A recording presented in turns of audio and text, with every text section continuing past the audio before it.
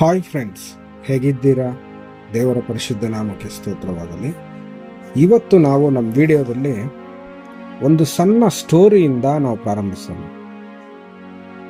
ನೋಡಿ, ಒಂದಾನೊಂದು ದಿನ ಒಂದು ಊರಲ್ಲಿ ಒಬ್ಬ ಹುಡುಗಿ 2 ಕೋಳಿ ಮರಗಳನ್ನು ಬಹಳವಾಗಿ ಪ್ರೀತಿಯಿಂದ ಸಾಕ್ತಾ ಇರ್ತಾಳೆ.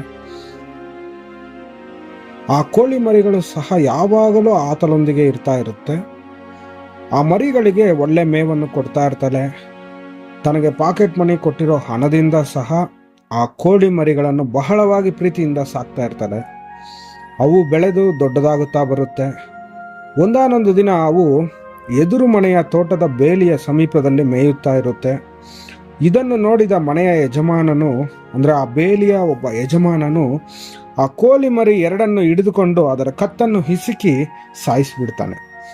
ಇದನ್ನು ತಿಳಿದ ಆ ಹುಡುಗಿಗೆ ಬಹಳ ದುಃಖವಾಗುತ್ತೆ.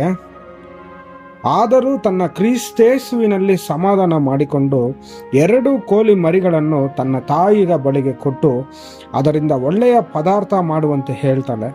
ಅದೇ ರೀತಿಯಾಗಿ ತನ್ನ ತಾಯಿ ಒಳ್ಳೆಯ ಒಂದು ಅಡಿಗೆ ಮಾಡಿಕೊಟ್ಟಂಥ ಸಂದರ್ಭದಲ್ಲಿ ಈ ಅಡಿಗೆಯನ್ನು ಪೂರ್ತಿಯಾಗಿ ತೆಗೆದುಕೊಂಡು ಹೋಗಿ ಎದುರು ಮನೆಗೆ ಹೋಗಿ ಬಾಗಲನ್ನು ಬಡಿದು, ನೀವು ಹಸಿದಿದ್ದೀರಾ ಎಂದು ನೆನೆಸುತ್ತೇನೆ, ನಿಮಗೆ ಊಟ ಕೊಡುವಂತೆ ಕರ್ತನು ನನ್ನ ಅಂತರ್ಯದಲ್ಲಿ ಪ್ರೇರೇಪಿಸಿದ್ದಾನೆ, ಆದ್ದರಿಂದ ಇದನ್ನು ತಂದಿದ್ದೇನೆ ಎಂದು ಹೇಳಿ ಅವರಿಗೆ ಕೊಟ್ಟನು.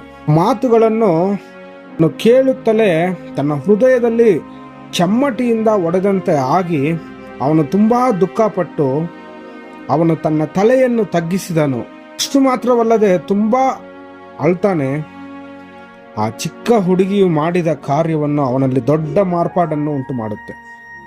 ನೋಡಿ ಫ್ರೆಂಡ್ಸ್, ಈ ಕಥೆಯ ಒಂದು ಮಾರಲ್ ಹೀಗಿದೆ ನೋಡಿ. ಕೋಪದಿಂದ ಮಾಡಿದಂಥ ಯಾವುದೇ ಒಂದು ಕಾರ್ಯದಿಂದ ನಾವು ಮತ್ತೆ ಆಚೆ ಬರಬೇಕಾದ್ರೆ ತುಂಬಾ ಕಷ್ಟಪಡಬೇಕಾಗುತ್ತೆ. ಕೋಪದಿಂದ ಕೆಲವು ಸಾರಿ ತೆಗೆದುಕೊಂಡಂಥ ತೀರ್ಮಾನಗಳು ತುಂಬ ನಷ್ಟವನ್ನು ಉಂಟು ಮಾಡುತ್ತೆ. ನೋಡಿ, ಈ ಕಥೆಯಲ್ಲೂ ಅಷ್ಟೇ.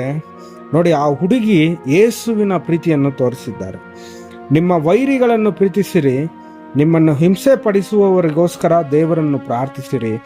ಹೀಗೆ ಮಾಡಿದರೆ ನೀವು ಪರಲೋಕದಲ್ಲಿರುವ ನಿಮ್ಮ ತಂದೆಗೆ ಮಕ್ಕಳಾಗುವಿರಿ ಎಂದು ಯೇಸು ಕ್ರಿಸ್ತನು ಪರ್ವತ ಪ್ರಸಂಗದಲ್ಲಿ 5ನೇ ಅಧ್ಯಾಯ 44ನೇ ವಾಕ್ಯದಲ್ಲಿ ಹೇಳಿರುವಂತೆ ಈ ಹುಡುಗಿ ನೋಡಿ ತನ್ನ ವೈರಿಯನ್ನು ಪ್ರೀತಿ ಮಾಡ್ತಾರೆ.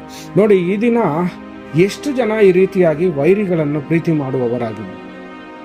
ನೋಡಿ, ಈ ಸಣ್ಣ ಕಥೆಯಿಂದ ನೋಡಿ ಎಷ್ಟು ಅಮೂಲ್ಯವಾದ ಮಾತು ನಮಗೆ ಗೊತ್ತಾಗ್ತಾ ಇದೆ. ನಾವು ಸಹ ವೈರಿಗಳನ್ನು ಪ್ರೀತಿ ಮಾಡುವುದನ್ನು ಕಲಿಬೇಕು. ಸೊ ಅದನ್ನೇ ದೇವರು ನಮ್ಮಲ್ಲಿ ಎದುರು ನೋಡ್ತಾ ಇದ್ದಾರೆ. ಈ ರೀತಿಯಾದ ಅನೇಕ ವಿಡಿಯೋಗಳಿಗೋಸ್ಕರ ನಮ್ಮ ಚಾನೆಲ್ನ ಫಾಲೋ ಮಾಡಿ. ಈ ಒಂದು ಚಿಕ್ಕ ಕತೆ ನಿಮ್ಗೆ ಇಷ್ಟವಾಗಿದ್ರೆ ಲೈಕ್ ಮಾಡಿ, ಶೇರ್ ಮಾಡಿ. ಇನ್ನಷ್ಟು ವಿಡಿಯೋಗಳಿಗಾಗಿ ನಮ್ಮ ಚಾನೆಲ್ನ ಫಾಲೋ ಮಾಡಿ. ದೇವರು ನಿಮ್ಮನ್ನು ಹೆಚ್ಚಾಗಿ ಆಶೀರ್ವದಿಸಲಿ. ಆಮೇಲೆ